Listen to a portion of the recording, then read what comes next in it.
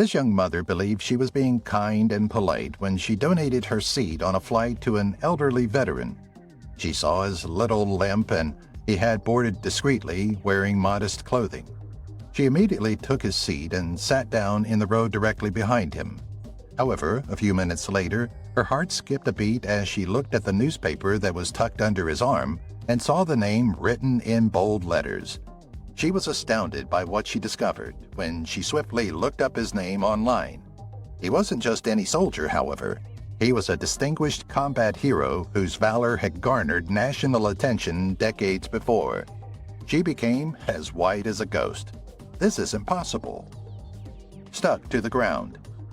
For over an hour, Emma Bright and her daughter, Rosie, had been seated in their aircraft seats, and neither the stale air nor the faint hum of the engines had helped to ease Emma's mounting annoyance.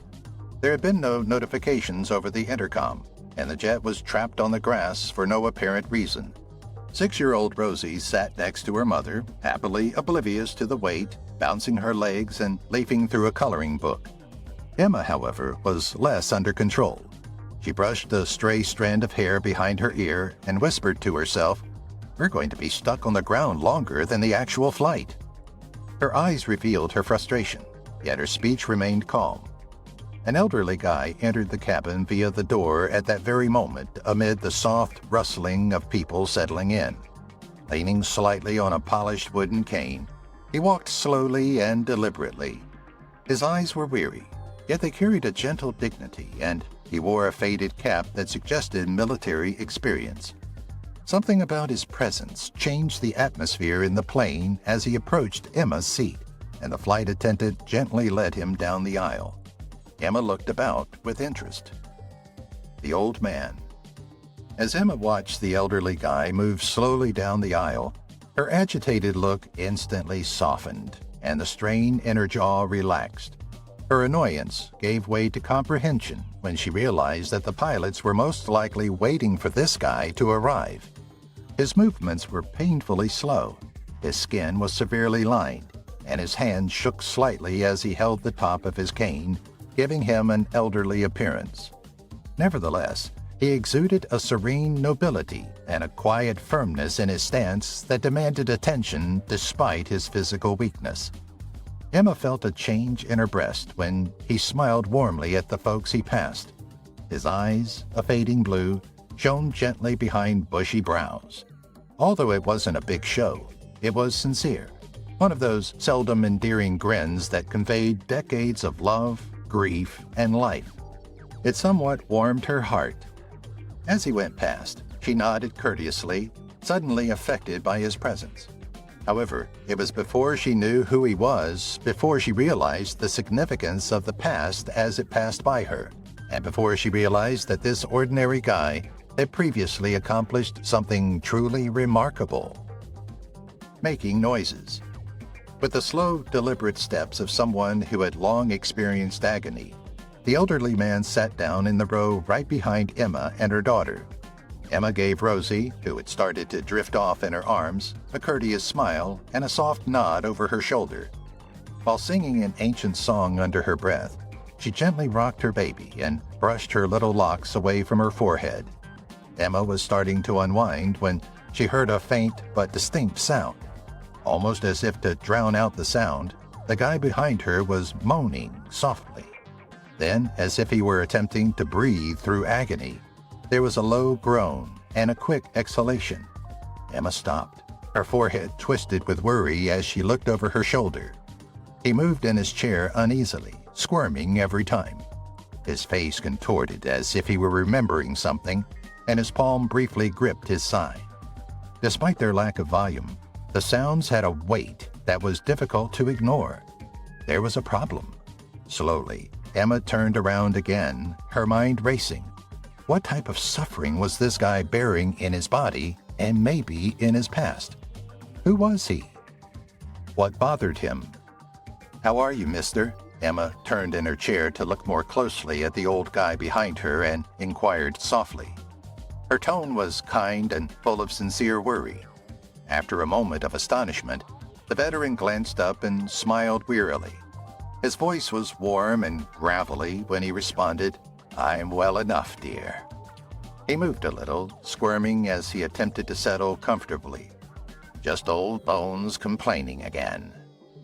He was not benefiting from the close quarters between the seats or the rigid, unforgiving seat. Emma could tell how hard he was trying to remain calm. His hands, worn and veined from holding something far heavier than a tray table, were resting on his knees. "There's nothing to worry about," he said politely.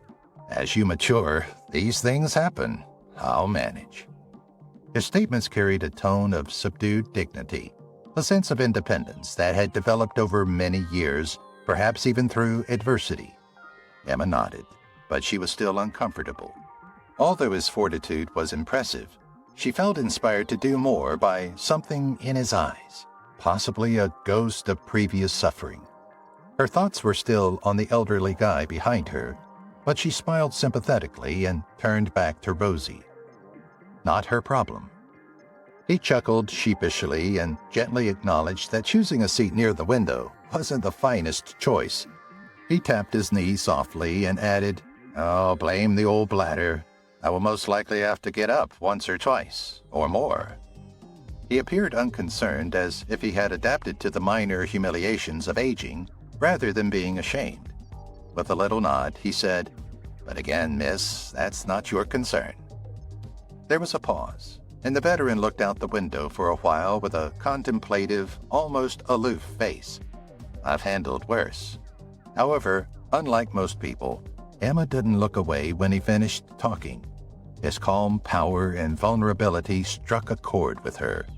She got up and unbuckled her seatbelt. Then, without saying a word, she turned to face the lady sitting next to him in the aisle and politely requested that they switch seats. Her voice was forceful, kind, and calm. A little conversation later, the lady consented. The elderly guy now had easy access to the aisle thanks to Emma's assistance in facilitating the shift. It was an act of grace, not just a nice gesture. And he knew it, judging by the way his eyes gleamed. Trading places. She and her daughter were seated just behind the curtain between first class and economy on the very first row of the aircraft. There were no seats in front of them, only a clear wall and enough space to spread their legs, making it one of the few coach seats with plenty of legroom. With a young toddler in tow, Emma had been thankful for the comfort. Rosie was able to have the diaper bag close at hand, and that made holding and calming her a bit easier.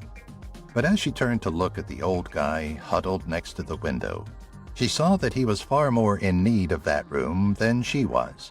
Every movement appeared to hurt him, and his knees were virtually crushed against the seat in front of him.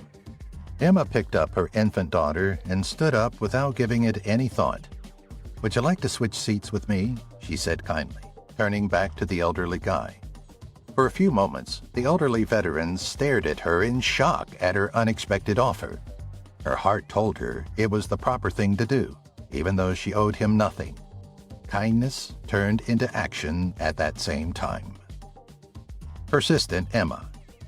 Her idea stunned the veteran. He raised his grizzled brows and squinted at her for a brief minute, as if he wasn't sure he had heard her right. "Would you like to relinquish that seat?" He nodded toward the roomy first row as he inquired. Emma, who was already standing next to his row with her little daughter tucked into her shoulder, nodded and smiled softly. She gestured to the vacant seat she had just left, saying gently, "You'll be much more comfortable up there.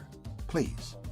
He paused a little longer, pride and humility battling inside of him, but Emma's gentle prodding made it impossible for him to dispute. "It's no trouble at all." With a sigh of gratitude, he got up slowly and moved forward, led by Emma's subdued support. With an expression of surprise and relief on his face as he sat down in the spacious chair, he turned around and gave her a heartfelt thank you. However, Emma only grinned once again and said, "There's no need to thank me." It seemed like a simple act of courtesy to her.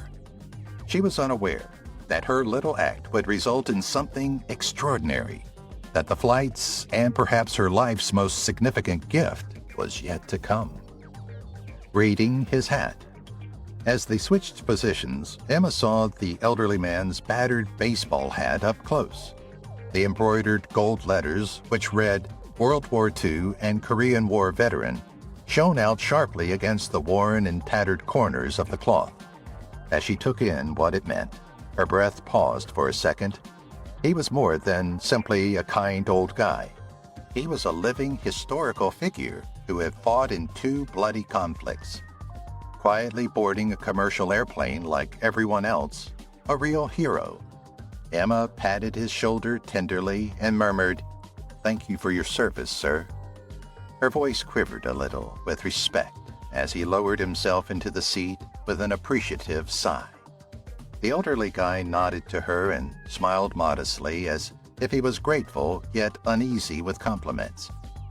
Rosie had now gone back asleep against Emma's breast as she adjusted herself in the seat behind him. Her heart warmed, and she was pleased to have returned even a tiny amount. However, as she was getting settled, a fantastic event occurred. The veteran was abruptly approached by a flight attendant who had recognized him and was looking astonished. Her speech was low but urgent. Curious onlooker. Emma was calmly watching the luggage crew moving across the tarmac in slow, methodical movements via the glass of her new seat. Low, continuous background noise was produced by the hum of the engines and the sporadic chatter of passengers. She was starting to lose herself in her thoughts when a faint sound, the audible rustle of pages being turned, broke through. These were not, however, the thin magazine pages. They had a heavier, denser sound. A book. Emma pricked her ears. The elderly veteran now occupied the seat immediately in front of her, and that was where the sound was coming from. Her interest piqued. What kind of book was carried by a guy like him? A memoir about the war? A classic book? She was intrigued by the paper's depth for some reason. She couldn't help but bend forward and peep through the tiny opening between the window and the seat back. She was shocked by what she saw. A battered, leather-bound diary lay on his lap. The pages were flipped slowly by his arthritic fingers, exposing yellowed paper with tiny, meticulous calligraphy. Handwritten pages, not printed ones. Emma's eyes widened a little. It was more than simply a book. He owned it. It also seemed to be incredibly intimate. Photo album. Emma's breath froze in her throat as she moved forward just enough to see what the elderly guy was carrying. As she first believed, it was more than simply a notebook. The leather cover of the large picture book was worn out with age, and the edges were soft from years of use.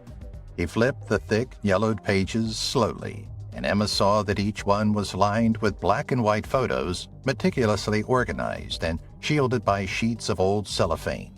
Grainy pictures of troops in uniform, some laughing despite the hardship, others standing at attention with grim looks behind their dusty helmets.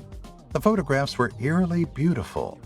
Tents were set up in desolate fields, jeeps were partially submerged in mud, and there were a few unscripted images of soldiers playing cards on overturned crates, laughing together, or enjoying a smoke.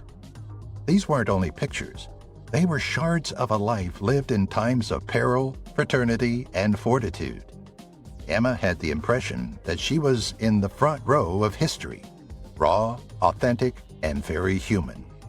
In one picture in particular, the elderly guy stopped and rested his fingertips lightly on the edge.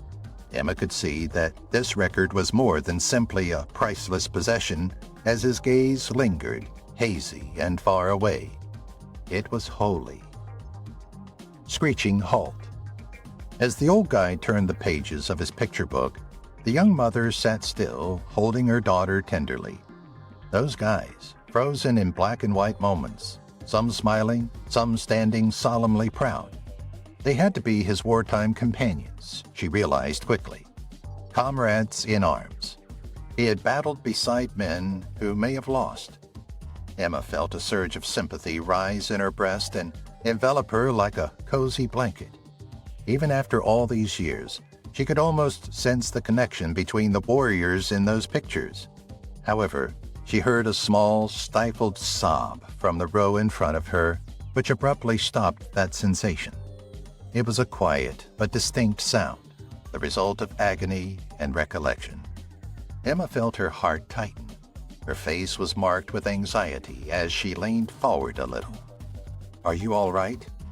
Her voice was almost audible above a whisper as she inquired softly. At first, the veteran remained silent, with one shaking palm resting on a picture of 3 young guys standing in a trench with their arms slung over one another's shoulders. He maintained his gaze on the page. His shoulders trembled a little, and tears glistened in his eyes as he glanced up at last. That one page. The guy nodded slightly, his voice firm and quiet as he said, "I'm fine, thanks." He wiped his eyes surreptitiously with a quivering palm before returning his focus to the album on his lap. He proceeded to turn the thick, old pages slowly, each one containing memories that had been kept silent for years. Emma couldn't help herself, despite her best efforts to avoid interfering. She continued to observe silently through the little gap between the chairs, captivated by the moment's subdued solemnity. The elderly guy suddenly came to a halt. One page in particular froze his hand. His shoulders tensed slightly as his breath caught, and his stance instantly changed. Emma's curiosity overcame her, and she leaned in slightly. She wanted to know what had made him hesitate, but her body stiffened as her gaze landed on the picture. A beat skipped across her heart. She recognized the face among the soldiers, a much younger version of her grandpa, dressed in uniform, standing next to the guy she was facing. Emma became ghostly pale. Her breath stuck in her throat as she gazed wide-eyed. This person wasn't only a stranger. Her family was known to this individual. Gasping for air, Emma let out a little gasp and automatically put her palm to her lips to stop the sound. Her chest constricted, and she momentarily lost her ability to breathe. It was too much to handle when she saw her grandpa, so youthful and so alive, standing next to the guy just a few steps away. Her emotions were raging inside of her like a hurricane, and her mind was racing with questions. She was unable to remain still. She felt compelled to act and speak from the heart.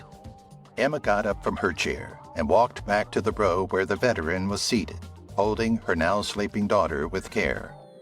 Despite the weakness in her legs, she persisted due to her determination. The aisle seemed much longer than it had been a few seconds before. She paused for a moment before patting the shoulder of the elderly woman sitting in the aisle who had fallen asleep, her arms crossed carelessly and her head cocked to the side as she arrived at the man's row.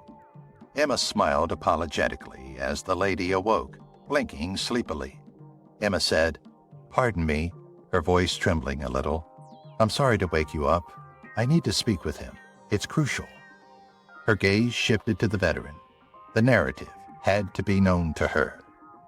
Switching back, Emma softly responded, "I'm sorry, miss," speaking quietly to avoid upsetting the other passengers. "Is it okay if we take other seats?"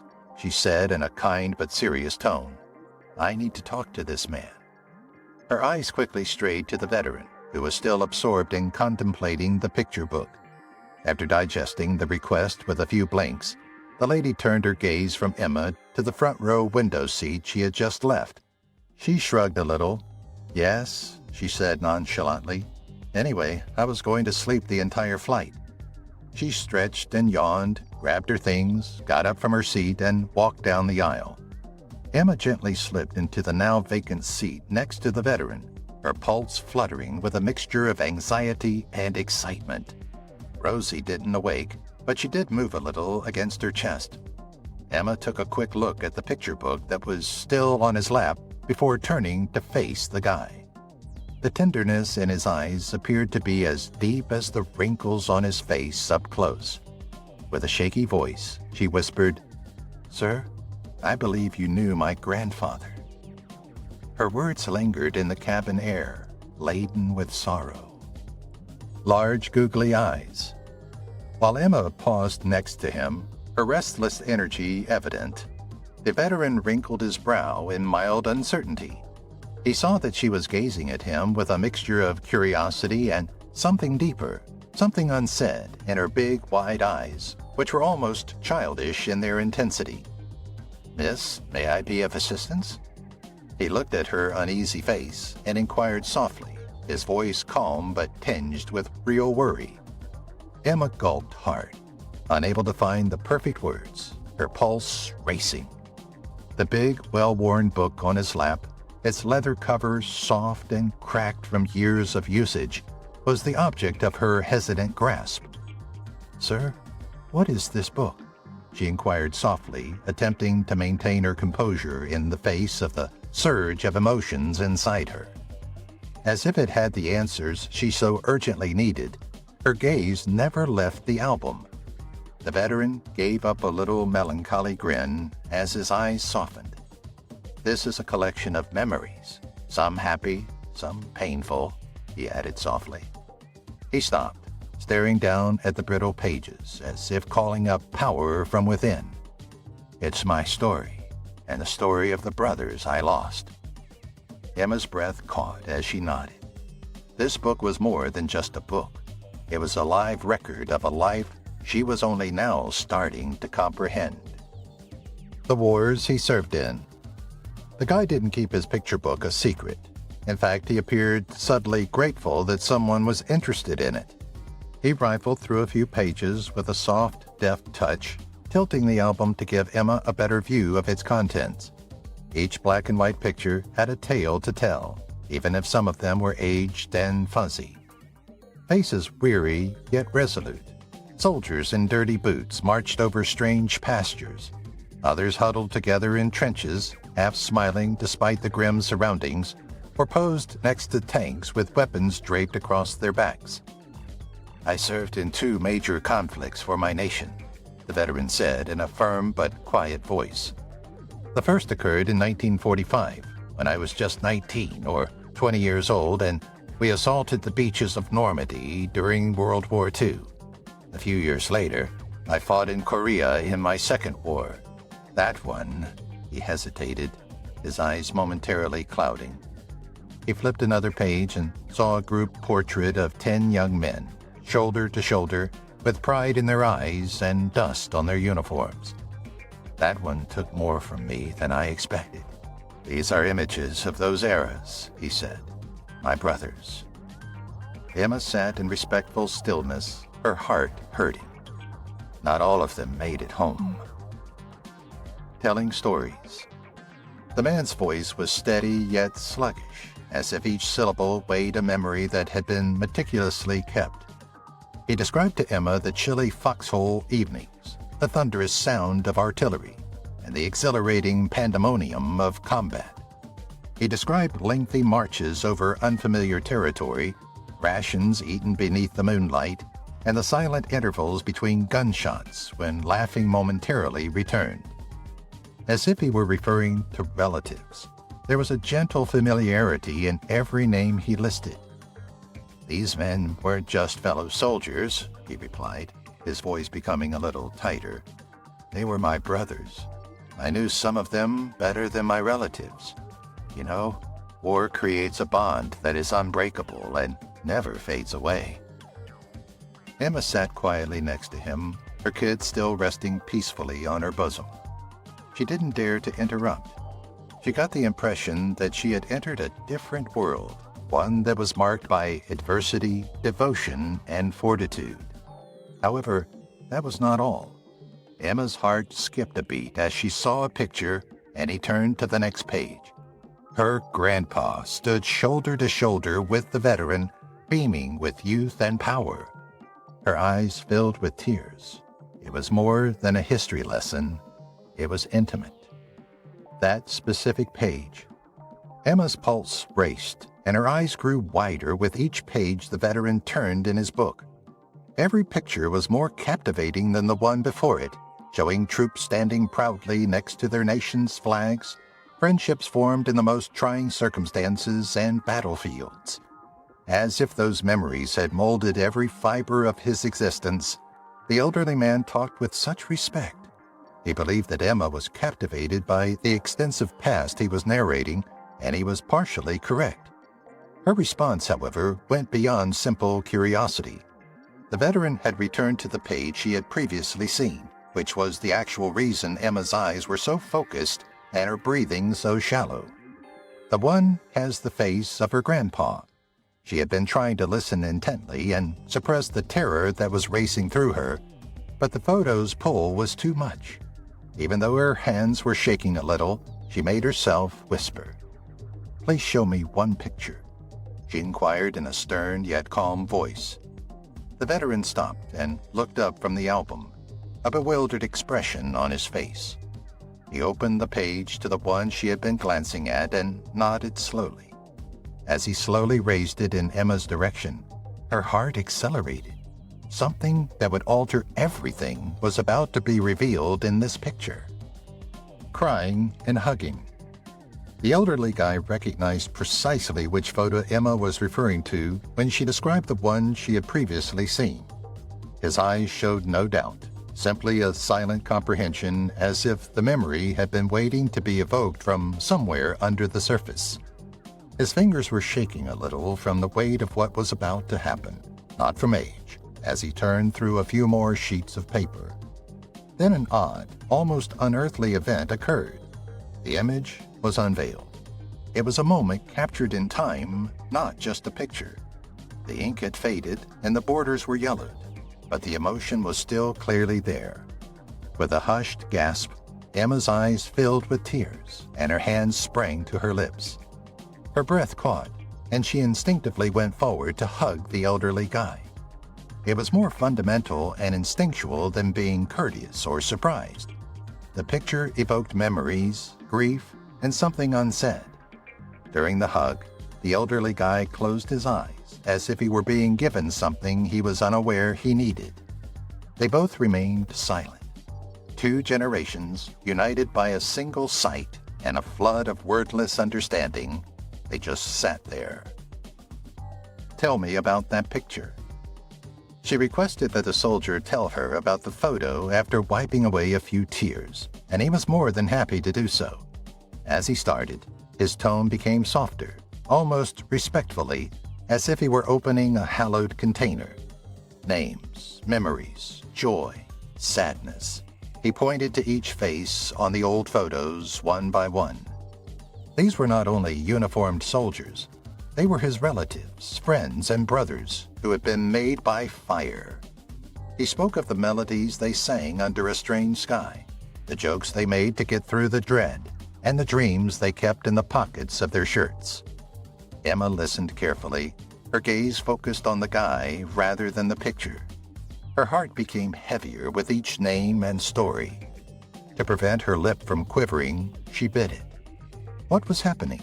Why could these long-gone strangers, who were hardly discernible in black and white, seem so painfully familiar? She felt as though something had been lost and then rediscovered. The veteran was absorbed in his memories and failed to notice her increasing uneasiness. However, Emma began to think that she had boarded this trip for a purpose other than chance. "Please trust me." The veteran believed their wonderful time together had ended when the jet arrived approximately an hour later. He took his time gathering his things, not because he was becoming old, but more because he didn't want their calm relationship to end so suddenly. He smiled softly at Emma, the type of grin that comes with goodbyes. Emma, however, had other ideas. Her eyes were urgent as she turned to face him as they entered the jet bridge. "Would you like to come with me to the arrival hall?" she inquired. "I need to show you something," he said, blinking in astonishment. With a very tremulous voice, she said, "Please, trust me." Emma was shocked when the elderly guy did, without hesitation, definitely. Perhaps he followed because of the way she gazed at him, which was a mix of assurance and optimism. Something changed within the veterans as they negotiated the throng of luggage carts and reunion families. There was something in her tone, something unsaid, that made it seem significant, like the last page of a tale he didn't realize was incomplete, even though he had no clue where this young lady was taking him. Emma took one quick look over her shoulder to see that he was still there. He was. He was also prepared. Meeting Emma's father. With the sound of rolling bags and faraway conversations filling the air, Emma, her daughter, and the veteran entered the busy arrival hall together. A middle-aged man, standing close to the exit and looking around the crowd with hopeful eyes, suddenly hailed them. Emma's face brightened with joy and familiarity the moment she saw him. She started running toward him without thinking, her kid right after her. "Dad!" she yelled, her voice quivering with passion. The man's face immediately softened as he spread his arms wide in a wave of relief. His voice was calm, yet compassionate as he replied, "I came to pick you up." Emma turned back to the veteran and halted. She whispered, "Just one moment, please," as a new seriousness descended over her. She drew her father closer and whispered something urgent and confidential in his ear as she did so. The veteran observed in silence as the two looked at each other meaningfully, eagerness and curiosity mixed. Whatever she had uttered was significant, something that would influence the course of their unplanned meeting. An emotional father. Something changed immediately as Emma murmured in her father's ear. The same silent, pained response Emma had shown on the aircraft rushed over his face as his eyes widened. He fought to keep his voice steady as tears filled his eyes and clouded his vision. He was momentarily disoriented, torn between memory and reality, past and present. Then he turned to the veteran and said softly, "What has brought you to our city?" As if speaking to a guy who held more than just tales, his tone was inquisitive but subtly respectful. Sensing the gravity of the situation, the veteran bowed sadly and started to explain. His voice was calm but firm as he replied, "I have been asked to speak at a college hearing tomorrow." The father said, his eyes shining with a combination of admiration and appreciation, "They want me to share my experiences from the war, what it was like, what we went through." With mutual agreement, he turned to face Emma again. The veteran's visit wasn't a chance occurrence. Instead, it was a strand interwoven with history, family, and the timeless value of remembrance. "Do you have some time?" The elderly man replied softly, his fingers tracing the faded fabric of the cap that rested on his head. "That's why I brought my photo album, and that's why I wore my veteran's hat." He spoke with a feeling of commemorating memories that were long gone, but never forgotten, a calm pride. Emma looked thoughtfully at her father, and they both nodded together as if they were recognizing something that had not been spoken. They then asked the veteran if he might have a few hours to spare in a tone that was both optimistic and serious. Emma's eyes gleamed with excitement as she stated, "We want to show you something important." The veteran raised his eyebrows in astonishment, his calm exterior belying a glimmer of intrigue. "What is it?" His voice was warm yet calm as he asked. Emma shook her head slightly, giving the impression that the answer was a secret, and smiled sweetly. She muttered, "It's a surprise," as if the very thought of sharing it would alter everything. The veteran experienced a surge of enthusiasm accompanied by a more profound sense of assurance, an implicit promise that there were still more tales to discover and memories to reminisce about on this surprising adventure. Something trustworthy. The seasoned warrior paused, his grizzled hands gripping the strap of his bag a little tighter. In theory, he did have some free time before his planned commitments. Nevertheless, he had not intended on accompanying a relative stranger, someone he hardly knew, to an unidentified location before the trip. His cautious side begged him to maintain his composure and follow the tried-and-true pattern he had long been used to. But something changed when his gaze returned to Emma's. He saw the calm power beneath the cautious grin that was playing at the corners of her lips. With a shaky palm, she brushed away another stray tear, displaying both vulnerability and resolve.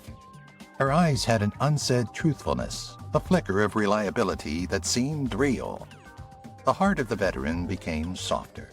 He felt the weight of the situation as if destiny had softly prodded him to make this unanticipated move.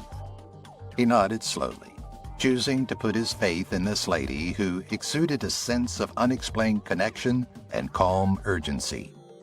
Perhaps there was more to this than a coincidence. Perhaps there was a tale to be told, one worth exploring further. Getting into the car. The veteran eventually agreed to accompany them because of Emma's trustworthy face, her kind and honest attitude, and her genuine interest in his life and experiences. Years of experience had taught him to be careful, so he didn't make this choice lightly, but something about Emma gave him a silent sense of optimism. The three of them made their way to the sleek vehicle that was waiting outside the airport. Before they entered, the veteran's gaze took in the busy surroundings one final time, and his footfall was steady but deliberate. With a bashful grin, Emma's daughter went into the back seat, and Emma and her father, who was driving, took the front seat. As the door closed, the veteran adjusted his veteran's cap, which provided a little solace in the face of unfamiliarity. Leaving the cacophonous commotion of arrivals behind, the automobile glided ahead smoothly. The hotel where the veteran was to stay was a towering, imposing building that faded into the distance as they drove away from the airport. Tonight, however, his journey was taking a new turn, one that was full of secrets and unanticipated connections. Busy urban to quiet suburban.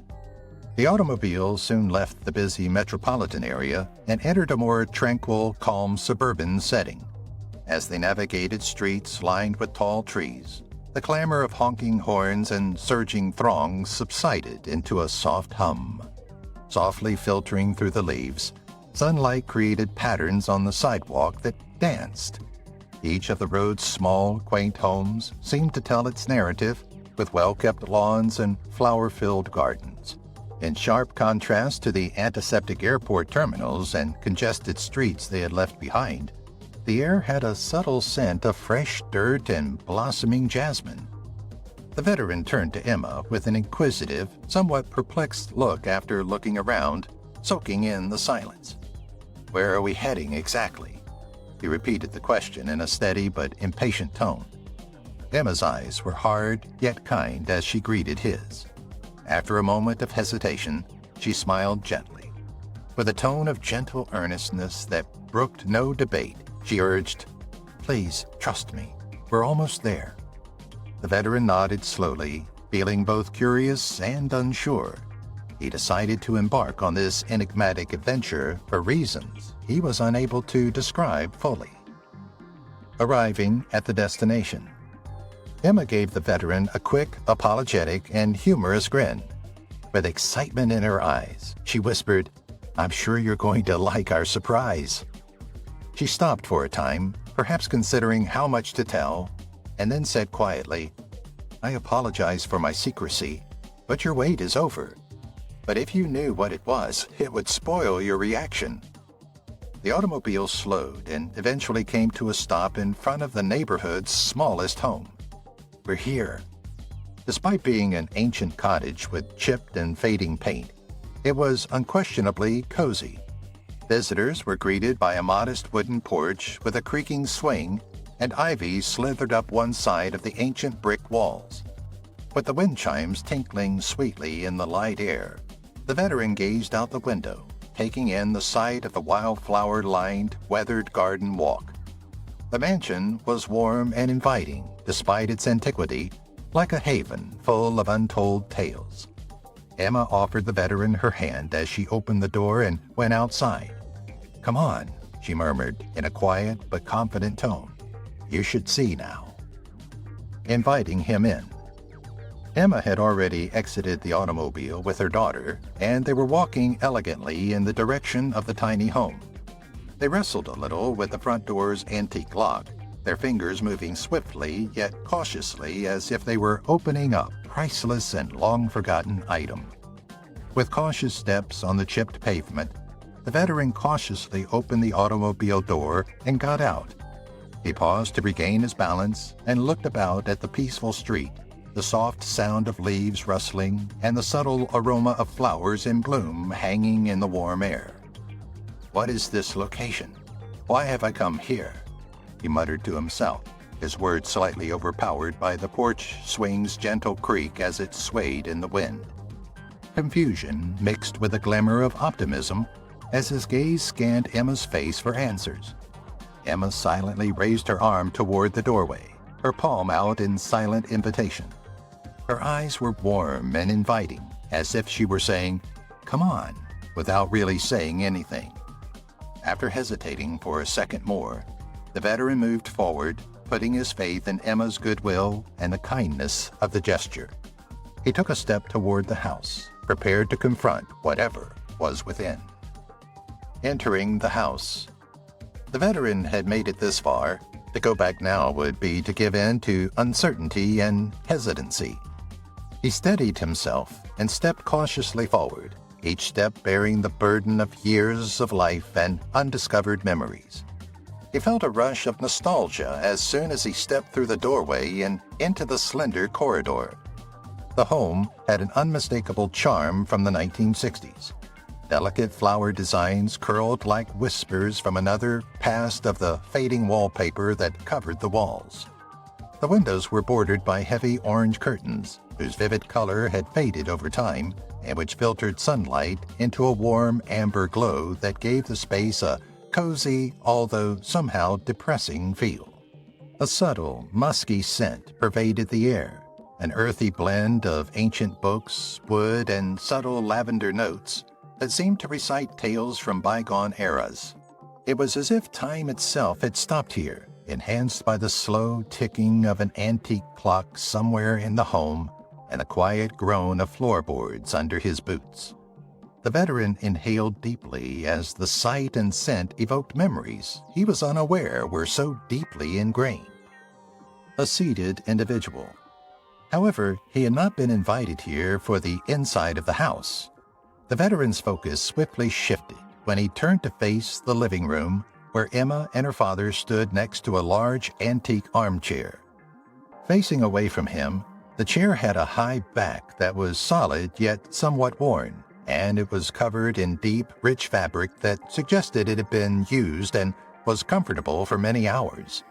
When the veteran saw someone sitting in the chair, but the person's face was obscured, his heart began to race. As if the room itself were holding its breath, a sense of hushed expectation hung in the air. Emma softly lowered down and started talking to the person sitting, using a kind but loving tone. Her father observed in silence, his face displaying a combination of anxiety and optimism. With hesitation, the veteran moved closer, his gaze focused on the enigmatic figure. His mind was racing with questions, and every muscle in his body was tense. Who was this individual? They had been waiting here, but why? Despite the pressure of the moment, he felt a weird feeling of ease, as if this meeting was the result of a long overdue encounter. Facing him. To whom was she speaking? The veteran's breath stuck somewhere between his neck and chest, causing him to squint slightly. The only thing he could see from where he stood was the top of a head with well-combed, thinning gray hair that shimmered somewhat in the golden afternoon sunshine. All he could see, however, was that. A half-revealed memory concealed the rest behind the tall back of the armchair. His curiosity grew, along with an odd feeling in his chest that was a mix of doubt and familiarity. Then, after a few hushed remarks from Emma, the person sitting rose gradually. The movement was slow and methodical, as if it were coming up out of a chair and years of weight. The room seemed to catch its breath for a second as the person turned to face him. The old guy in front of him was at least the veteran's age, if not a few winters older. His eyes were inquisitive, intelligent, and piercing, although his stance was a little bent. His face had a frighteningly similar form, including the shape of his eyes and jaw. The veteran's heartbeat accelerated. This dude was who? And why did he think he ought to know him already? "Charles, is that you?" The enigmatic old man's eyes narrowed and squinted, as if he were looking up at the veteran through a dense mist of time. His brow wrinkled as he focused intently on every detail, including Charles's deep-set eyes, jaw curvature, and mannerisms. Neither guy said anything for many long seconds. Like two jigsaw pieces attempting to fit together, they just exchanged silent, perplexed looks. Then all of a sudden, something changed. Like sunshine shattering a gloomy sky, recognition pierced the man's countenance. Like Emma's and her father's eyes had done before, his eyes expanded and glistened with amazement. His breath froze in his throat as his lips opened slightly. "Charles?" He said those words, his voice quivering as if a memory had been drawn from deep inside. "Is that you?" The guy moved closer and put his arms around Charles before he could reply, holding on to him frantically, as if to confirm that the moment was genuine, as if it were bearing the burden of decades of sorrow, desire, and silence. The hug was both strong and delicate. At first, the surge of emotion left Charles motionless. His voice was low and tremulous as he turned his attention from the guy to Emma. "What's happening?" With his head whirling and his pulse thumping, he asked. But he had a gut feeling that the solution was coming to light. Instant recognition. Charles was the veteran's name, but how did this guy know him? As he remained still, his arms limp at his sides, and the old stranger held onto him with shaking hands and teary eyes, that question throbbed in his thoughts. Like he was attempting to ground himself in a moment he never thought would arrive. The guy cried freely, his shoulders trembling as he repeatedly murmured Charles's name. Charles was unsure of how to respond. Time had dimmed features, memories, and names, and his mind jumbled them. However, the man's hold started to relax. He withdrew just enough so that Charles could finally see his face. That was all that was required. The years vanished. It didn't matter whether there were wrinkles, white hair, or sunken cheeks. There was a face below it all that Charles hadn't seen in more than 60 years. He believed that battle, time, and destiny had erased that face. It was like a lightning bolt of realization. His legs almost gave way, and he immediately reached out, grabbing the man's arms as if he were terrified he would disappear once again. Charles's eyes filled with tears, which suddenly poured forth. He gasped for air. "David?" he muttered. "David! My God!" Having questions. Now, with all the power and passion he had suppressed for years, Charles gave the elderly man, David, a hug in return. As the two stood there, encircled in a hug that time could not shatter, the tears fell freely and shamelessly. But as soon as the first shock subsided and Charles was able to breathe normally again, the questions started to flow. His comments stumbled over one another in a weak yet passionate voice. "How? How can this be? All these years, where have you been? Why was I not informed that you were still alive?"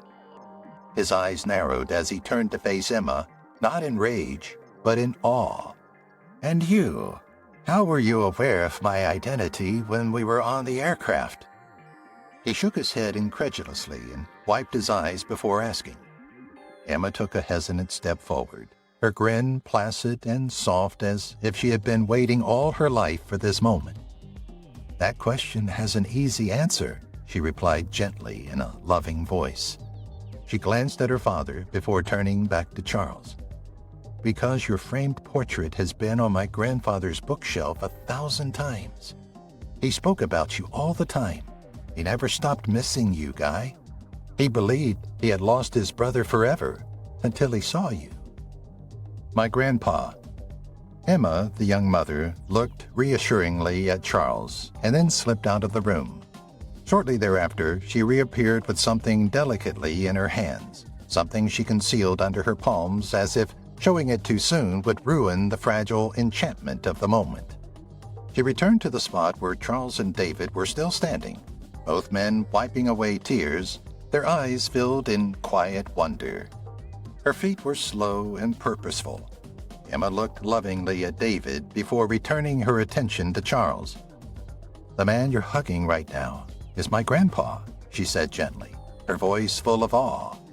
"Over the years, he has shared many anecdotes with us about a guy he served beside in the United States Army, a guy who was a protector as well as a soldier."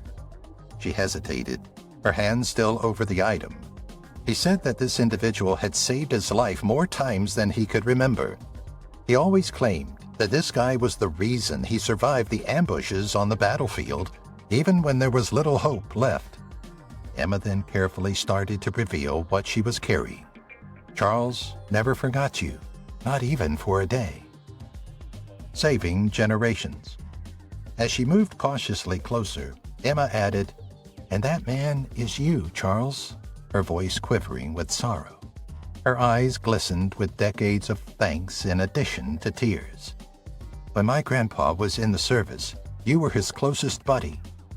She stopped to stare lovingly at her grandpa, whose hand now proudly held Charles's shoulder. "Well, he talked about you like a legend. Brave, unselfish, always putting the needs of others before your own." Her voice became even softer as she turned back to face Charles. "And my beloved grandfather claims that without you, he would not be here today." He repeated it, that he would never have survived if you hadn't been there, if you hadn't taken the decisions you did. Charles stood in stunned silence, his throat constricted with emotion. Emma made soft motions to her father, then to herself, and lastly to the little child who was standing silently next to her. "And to that degree, my father wouldn't either. I wouldn't either. Neither would my daughter," she added, her voice breaking. "Charles, you did more than merely rescue a soldier. You rescued a whole family, and it has taken us a very long time to express our gratitude." "The same one." Emma took a step forward, her voice quivering as tears dripped gently down her cheeks. "Thank you, Charles," she responded sincerely, her voice full of emotion, "for all that you did for my grandfather throughout the war, for keeping him safe, for supporting him when he was away from home. When everything around him was crumbling, you offered him hope." Charles was unable to say anything more than nod, his eyes still cloudy. Then, after taking a deep breath, Emma gingerly raised the thing she had been so cautiously protecting. She said, "And now, I want to show you how I knew it was you from the very beginning." The thing was rotated outward to face Charles by her trembling hands. A picture frame was what it was. It included the identical black and white photograph that Emma had requested to view on the aircraft and that Charles had managed to keep in his old book. Despite its weariness, the sight was unmistakable. A group of young men with their arms looped around one another, grinning despite their fatigue. There were two guys in the middle, one identified as David and the other as a young Charles. Emma whispered, "I grew up with this picture. I recognized you that way." Prized possession. It was more than simply an antique picture in a frame. It was Grandpa's most treasured item. It was holy to him. A moment captured in time from a pivotal period in his life. A window into the relationship he had with a brother in arms that he thought had been lost to time and the haze of battle. As if keeping the picture would somehow keep the memory and the man alive, it had been meticulously cleaned and maintained on his mantle for decades. However, it didn't seem to be the case. In this same room stood the child in the uniform, towering next to him in the blurred picture. Emma's eyes were shining as she glanced at Charles, and her voice faltered. "I recognized you right away when I saw your face in the photo from your album on the aircraft. At first, I couldn't believe it. However, your grin and eyes were just as they were in the picture. Then you said your name." She looked at her grandpa, whose sorrowful grin had returned, and said, "I was sure. I knew I had to bring you here at that point. I had to get you two back in touch. There was more to it than a coincidence. We all seemed to be receiving second chances from destiny. Eternal gratitude.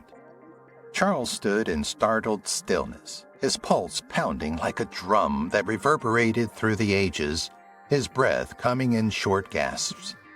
He hadn't known he'd been carrying an ache for so long, but Emma's narrative had revealed it. It was almost too much to process that a casual talk on a plane, a moment he believed to be pure coincidence, could result in this. His eyes were filled with gratitude as he stared at Emma, struggling to find the right words. At last he mumbled, "Thank you," in an emotionally charged voice. "I'm grateful that you were able to reconnect me with someone I had assumed I would never see again. I'm not sure how to repay you, but I swear I will." Emma walked forward, a tear streaming down her face, and gently shook her head, saying, "Somehow, someday." She put her hand over his and reached out. She smiled warmly and whispered, "No repayment needed." Her gaze shifted to her grandpa, who was still observing Charles with a soft gleam in his eyes, and she said, "You've already done enough. You kept him alive. I believe you handed mine to me because of that. We all have this moment because of you. Nobody could want more than that." Do you remember that day? With his heart still full, Charles nodded and took a cautious step toward the little coffee table in the middle of the room. He set down his old leather picture book, its surface smooth from years of usage, with shaky hands. He unfolded it slowly, turning the yellowed pages, each one a doorway to a different existence. Then he came to a halt at the most crucial page. The fading picture of two young soldiers standing in the sun-drenched earth far from home, their arms slung over one another's shoulders, grinning, alive, hopeful. "William, do you recall that day?" As he gazed up at the guy who had been his best friend but was now a stranger, Charles said gently, his voice a delicate blend of wonder and respect. Slowly, William, now 93, stooping but still strong in spirit, leaned forward. He fixed his gaze on the picture. He didn't say anything at first. Instead, he just extended his hand and traced his fingertips over the lustrous surface, stopping momentarily on each face, as if touching the past might bring it back to life. His mouth trembled. At last, he answered, "Of course I do," in an aged but confident voice. "Before everything changed, that was the last day that we laughed. I did save his life." Then, with a steady yet memory-heavy voice, Charles took up the discourse. He started by saying, "William and I were more than just comrades. In those gloomy wartime days, we were best buddies." He stopped, his gaze returning to the picture as if the features of their younger selves were standing next to him. "We had each other's backs, no matter the danger. I recall how many times I saved him from danger, since Emma's grandfather was a little awkward and would often go into things without thinking. He was courageous, however, and more times than I can remember, I made sure to keep an eye on his back during intense battle." Charles's voice grew softer, with a hint of pride and sadness. "However, everything changed on our most recent assignment. Something went wrong." His eyes became gloomy as he remembered the turmoil, the commotion, and the times when everything appeared to fall apart around them. It was an ambush. The strategy failed because we were encircled and outnumbered. I believed I had lost him forever at that point. The room was quiet. The air weighted with memories too weighty to express, an unsaid anguish that was inadequate. Charles glanced back at William, looking for the untold narrative in his eyes. A massive explosion. Between them and their adversary lay a perilous minefield, a lethal maze of concealed perils buried deep below the ground. Charles had observed as William and a small contingent of soldiers advanced with a resolute bravery that verged on recklessness. Despite the constant danger beneath their feet, William took deliberate yet unflinching steps, keeping his gaze fixed on the road ahead. The air was thick with anxiety, and the only sounds were the distant buzz of artillery fire and the gentle crunch of gravel. However, a vast explosion broke the silence as William got closer to the minefield's extreme edge, where the enemy line and safety were hazy. Charles heard a thunderous scream as the earth shook violently, flinging dirt and debris far into the sky. Charles's world came to a halt at that moment. The explosion was so destructive and so near that everything outside of it was hazy. After that, he didn't see his buddy again. He secretly thought that the merciless hands of war had blasted William to pieces that day.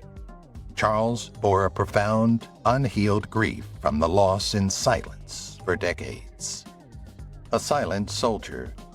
When a soldier disappears during a battle, it's almost always terrible news, Charles said, his voice laden with life lessons.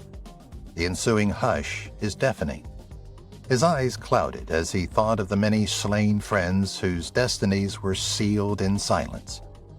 And when you never hear from them again, it can only mean one thing: a silent soldier is a dead one. The weight of those words hung in the air like a shadow, and the room became silent.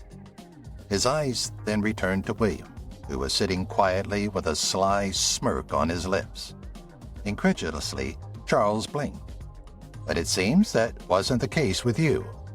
His eyes glowed with surprise. How on earth did you make it through that explosion? After what should have been the end, how did you recover?